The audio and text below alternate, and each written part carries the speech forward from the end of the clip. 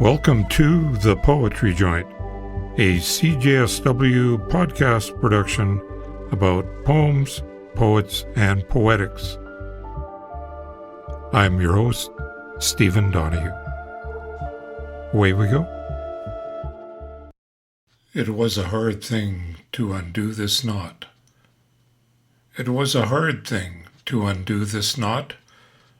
The rainbow shines, but only in the thought of him that looks. Yet not in that alone, for who makes rainbows by invention? And many standing round a waterfall see one bow in each, yet not the same to all, but each a hand's breadth further than the next. The sun on falling water writes the text, which yet is in the eye or in the thought. It was a hard thing to undo this knot. A poem by Gerald Manley Hopkins, born in 1844. His poems were not published until after his death in 1889. His poetry was considered unconventional for the Victorian era, but influenced many others who followed, like T.S. Eliot and Dylan Thomas. Recently I had a conversation with Calgary poet Stuart McKay, and Gerald Hopkins was one of the names that popped up in the conversation. I was unfamiliar with that poet. However, I always enjoy being pointed in a new direction. Stuart is a writer of poetry and nonfiction. He serves on the board of the League of Canadian Poets, is a representative of the Writers Guild of Alberta on the University of Calgary's Distinguished Writers Program, is part of the Poetry Editorial Collective for Filling Station magazine. Perhaps time to escape the dive into Stuart McKay's CV and pick up a little bit of that conversation. Why poetry? Well, see, for me, I feel called to be a poet, and I feel called to be to write poetry. I am a Christian, and I've been writing poetry since I was 8, and the year I became a Christian, and these two particular strands of my life have gone together and knit together over the years. So I really do consider poetry as my calling. I'm called to it, and if I don't obey this calling on my life, then I'll be a schmuck, and I won't be fulfilled. Yeah, I won't be fulfilled as a human being. Mm-hmm. I'm led to this life. I really, truly love it. I love all of its complexities, its craziness, its joys, its tribulations, its beauty. Yeah, I love it all. This is my life. Well, that's great. Thank you. Yeah. But I think everybody that's a poet kind of feels like they are a poet. Yeah. And I've always felt that way. My late brother was a poet. My great-great-grandfather was a poet. It's a long strain in my family. Yeah. Early influences? One of my earliest influences was, of course, my late brother. He was a tremendous poet. And the first poetry reading I ever went to was his back in 86, I think it was. He did a reading at Marty's Cafe on 17th Avenue. There was a reading series back there, and I went with a friend of mine, my friend Rob, who I'm still friends with. And that event, of course, really sparked my attention. My brother would talk about poetry all the time. And he was a big fan and a big proponent of the Chinese poets, the Chinese classical poets. And I fell in love with them right away. Even as a young wee beastie, I fell in love with the Chinese poets right away, especially Du Fu. I was in a tiny bookshop in Cannon Beach, Oregon in '87, and I found this beautiful little edition of 100 Chinese poets translated by the late great American poet Kenneth Rexroth. I still have it in my collection. And I remember reading it on a beach in Cannon Beach, Oregon. And I was transfixed. I'm still transfixed. I can't get over it. I can't get over the subtle and extraordinary complexity of the Chinese poets. And I've always tried to model their example, model their aesthetic and their way of thinking about being human and about life itself. Yes. Stuart Ian McKay has published 2 books of poetry, one titled Stella of Several Ladies, a long poem, and another titled A Cognate of Prayer. Also a chapbook, Even the Idea of Maya is Maya. He was also editor of the poetry anthology The Way Out is the Way In, celebrating the work of Canadian poets with disabilities. Now one of those poems from Stuart. Well, why don't I read this one? It's the poem that most describes me as a human being and my life as a poet, and just my biggest concerns. Yeah, it's from my chapbook, Even the Idea of Maya is Maya, and it's the title poem. Even the idea of Maya is Maya. Only the possible today. No longer caught in binary, this and this, that and this. Categories beyond want persist like a non-event. Listen. An amorous aside to the familiar, cautious every vague intoxication, until each is rectified. Here, even here, a black and white Japanese film about a man and a woman trapped at the bottom of a pit of sand. Endurance, detachment, become an identical gesture when he sweeps away sand from the small of her back. Years before this, a woman who resembled her was burnt into an atomic shadow against the wall of her Nagasaki home. A cell in her abdomen had hardened, how an omen does, then split and split and split.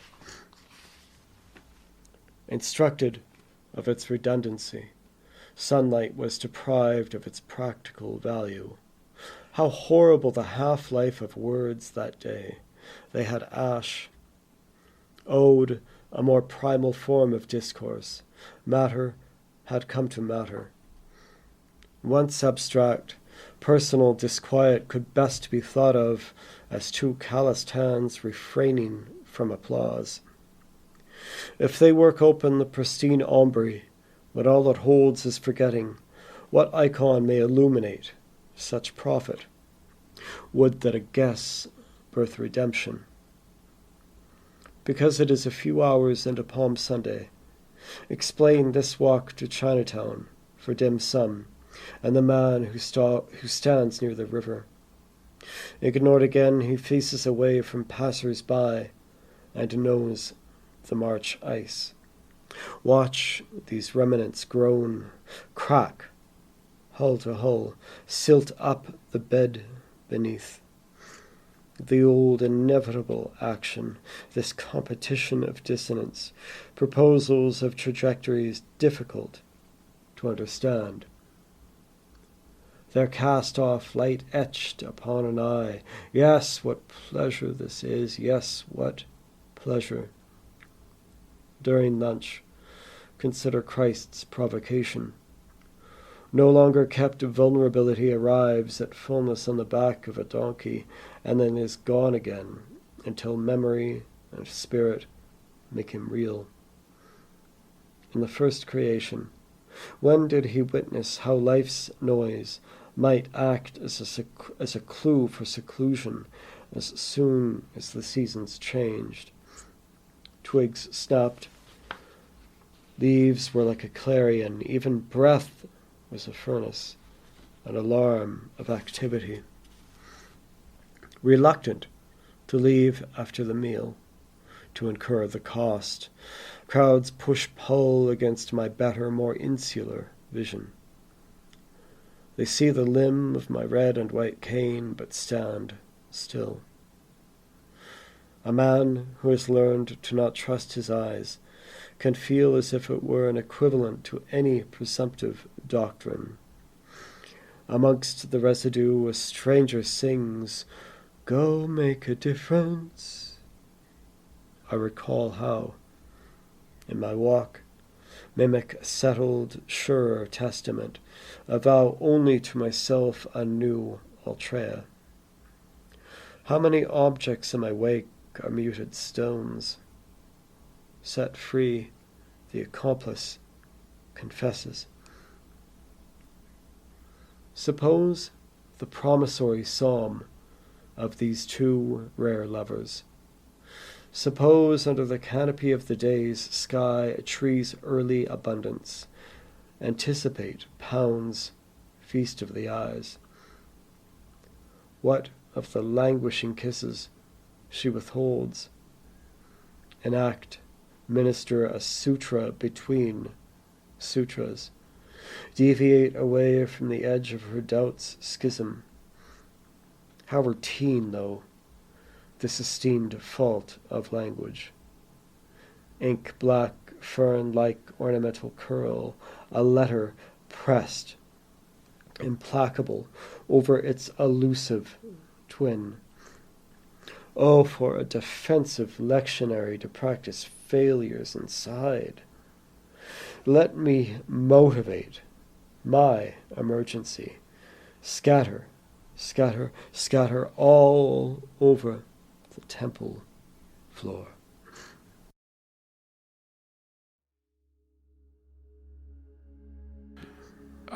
One thing I did notice, you were writing a retreat in East End, Saskatchewan. That's right. That was amazing. That was during the height of the big event a few years ago. I was the writer-in-residence at the Wallace Stegner House in East End. Well, that was amazing. A very intense and beautiful, emotional experience. Again, I had a house all to myself for about 3 weeks. January in Saskatchewan. The wind rattled those old windows, but wow, I got so much writing done, and I really got to know myself so well as an artist and as a human being. My wife came out for a substantial part of it, but it was mainly just me in the house. There were days when I didn't see anybody, and it was heavenly. Not that I don't like people, I love people, but solitude is very, very good for my creative process, and I was very, very happy. Wallace Stegner was a prominent American writer, historian, environmentalist, and novelist. He spent part of his youth in East End, Saskatchewan, and his book Wolf Willow recounts his time there. The house was restored at the behest of Canadian author Sharon Butella and has hosted over 300 people on various artistic residence stays, bringing artistic influences from around the country and the world into the small town of some 600 people. More information and details on their website. Stuart talked a little bit more about his process. I know this one painter. I haven't seen him in a long time. Dave Casey. I think he lives on the coast now. He has a saying, solitude is the fiercest critic. And I've lived with that thought for many years. Again, I need solitude. I need to be on my own to really get some good, solid work done. And I find that when I'm on a retreat, wherever I end up being, a wonderful experience just being away and clarifying myself and just cutting out all the noise and just sitting with my work and seeing what my work wants of me. Because it's like having a little friend who's sometimes very bossy. Yeah. How about yourself? How does your muse or your inspiration come to you? I'm always, I have a saying when I teach and when I write: trust yourself and pay attention. So I'm constantly aware that life is really interesting and very beautiful and complex, and there's always something worth writing about. There always is. So I'm just ready to be surprised. I love being alive. I love being human, and everything is interesting. I keep a daily journal every single day, and I've been keeping a journal since September of '88. The books are of various lengths and sizes. There's always something to write about. I'm curious about what it means to be alive. Would you like to read another poem? Sure, yeah, I'd love to. This is from my book, The Commune of Our Waking. This is the title poem of the book, The Commune of Our Waking.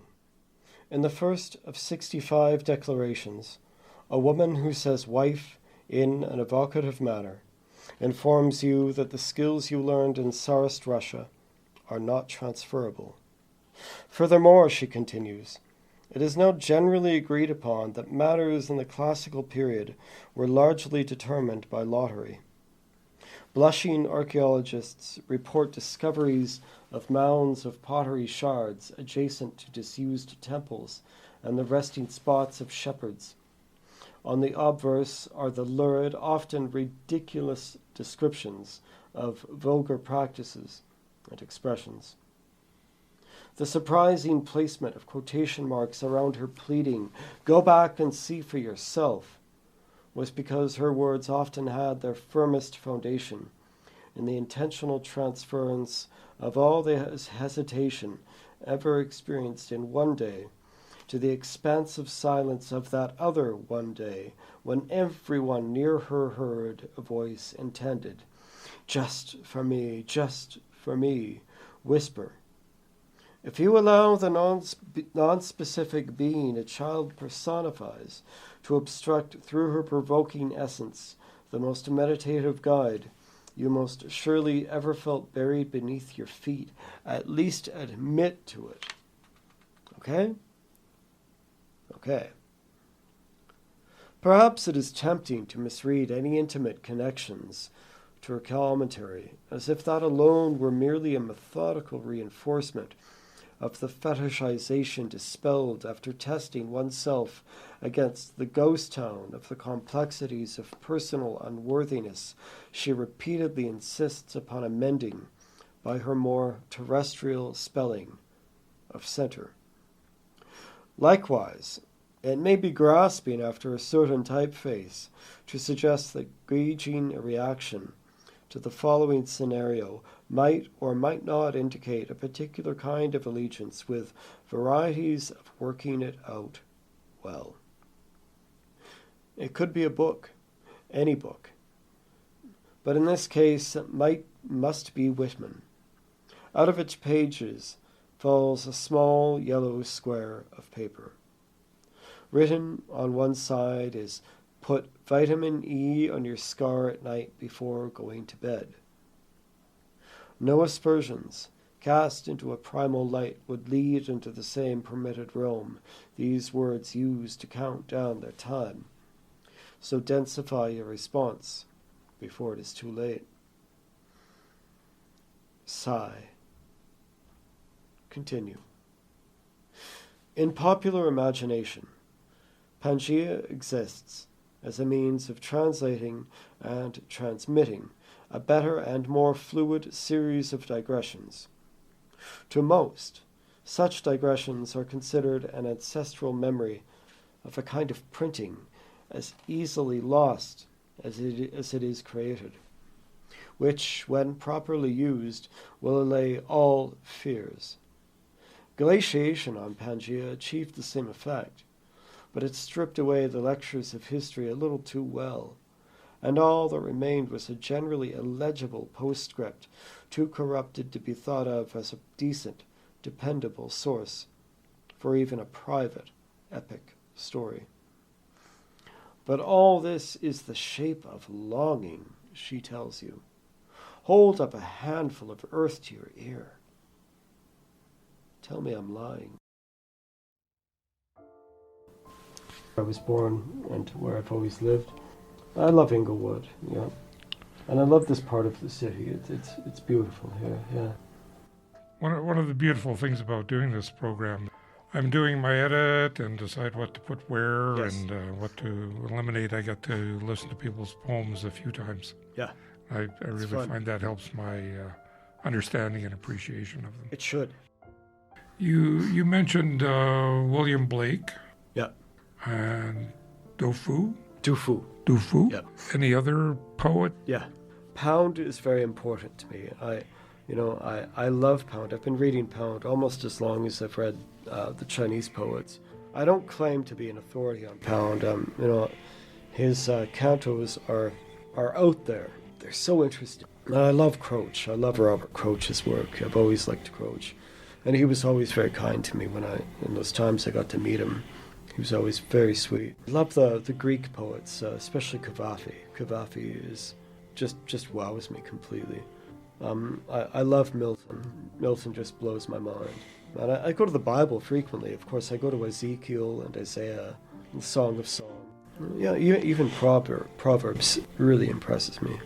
And Tagore, Rabindranath Tagore, is still somebody I can go back to again and again and again.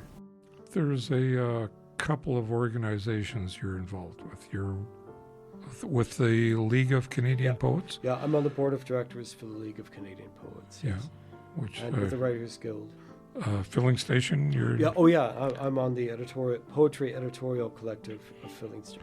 Would you care to describe how your role is with any of them, or pick them one at a time? I'll try and give with Filling Station, every few months I get a big bulk email from the guys in charge, and I go through some poems and offer my opinions.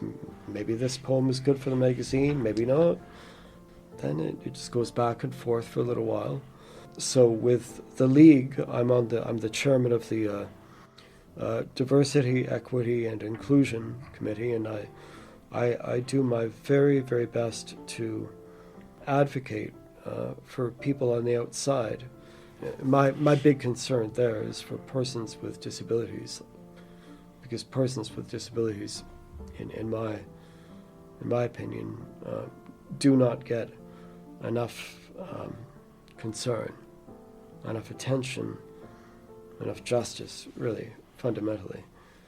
And so with the Writers Guild, I serve on committees from time to time and show up at events, and I hope that I can bring I hope that I can create, I should say, some bridges between the League and the Guild itself. But it's an ongoing process. Okay, just to maybe help illuminate my ignorance of the League of Canadian Poets is obviously poets. Yep. They're vetted. In what sense? Yeah. I don't know. So you have to apply. You have to apply to become a member of the and League. It's a paid membership. Yep. And so there are two levels of membership. There's the associate member, and this person has had some poems published, but not necessarily in books, and is active in the community, and that person gets, to show up at events, and that person can't vote in the annual general meeting or anything, but he or she may have a voice, of course. But the full membership is reserved for persons with books. Yeah. And those people can sit on committees and vote. Yeah. Well, yeah. Okay. Mm-hmm.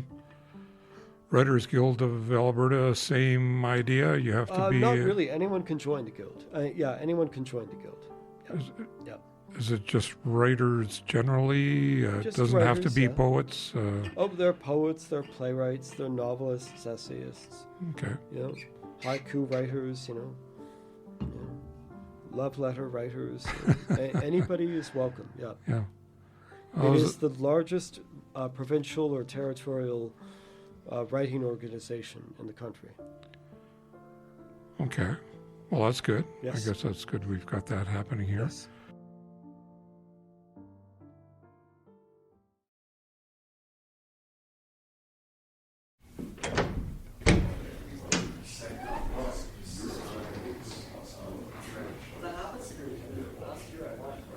Fires in the interior once gave ash that stormed over mountains. A glyph of troubled carbon, vicarious on the wide green leaf of a sunflower, proved there was no defense for a July of bleak material. Back then, definitions parsed moments of our falling into them until even a single demand was atrophied. All we wanted from that decade seemed less than a continual helix of activity, and no recombining of probable nouns could accompany the work of our prophets. We had to read the proper signals left in our burnt-out basements and cup pond water between our eyelids to know the length and breadth their visions made for us. Someone maintained that acceptance was a noble, right, and deferential act of truth-telling, like the black stripes on a bee's back. When he covets pollen, there is an afterwards in his movements, too.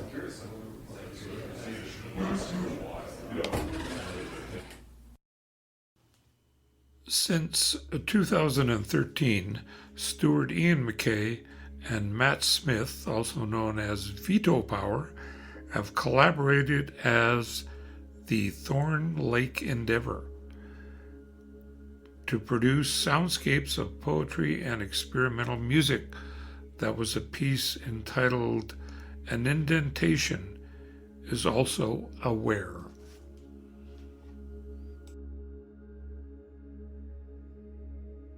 Well, this leads me to a really interesting point. At least it's interesting for me. When I've taught, I've brought it up before. I've said to my students, and it doesn't matter what art it is, really, if it's a film or a piece of music or a work of literature, it doesn't matter. It's not always important to understand the inner complexities or the meaning, if there is one, of the work. I think it's the most important thing is to understand how your reaction to it, what goes on with you when you encounter that work. It's like Rothko, it's like going out to a Rothko painting and being just devastated, unable to know exactly what to do next. I can read, as I said a few moments ago, I can read Ezra Pound's cantos and still find myself enraptured by them and intellectually challenged by them, but I don't get all the references. I mean, really, who would, anyways? But it's still fun. The journey is still fun. Yeah. It's helpful. This has been the Poetry Joint. Thank you to Stuart Ian McKay for the generous time and for the lengthy conversation we had. Back again in a month's time with some more poets and poetry. Thank you for listening. Thanks for coming in. Thank you. I'm honored to be here. Thank you for inviting me in. Yeah, maybe this is a good leaving off point. Poets must know how to read their poetry well. It's an essential skill. Many poets, they rush through the reading of their poetry. To not do it well is almost criminal. We as poets must honor the audience. We must give our best. we must give our best to the audience.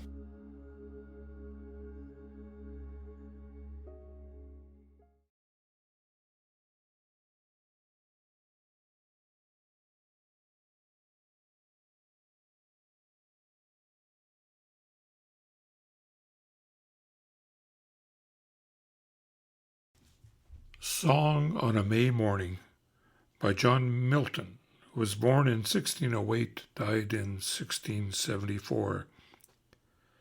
Now the bright morning star, day's harbinger, comes dancing from the east, and leads with her the flowery May, who from her green lap throws the yellow cowslip and the pale primrose. Hail, bounteous May, thou dost inspire mirth and youth and warm desire. Woods and groves are of thy dressing, hill and dale doth boast thy blessing.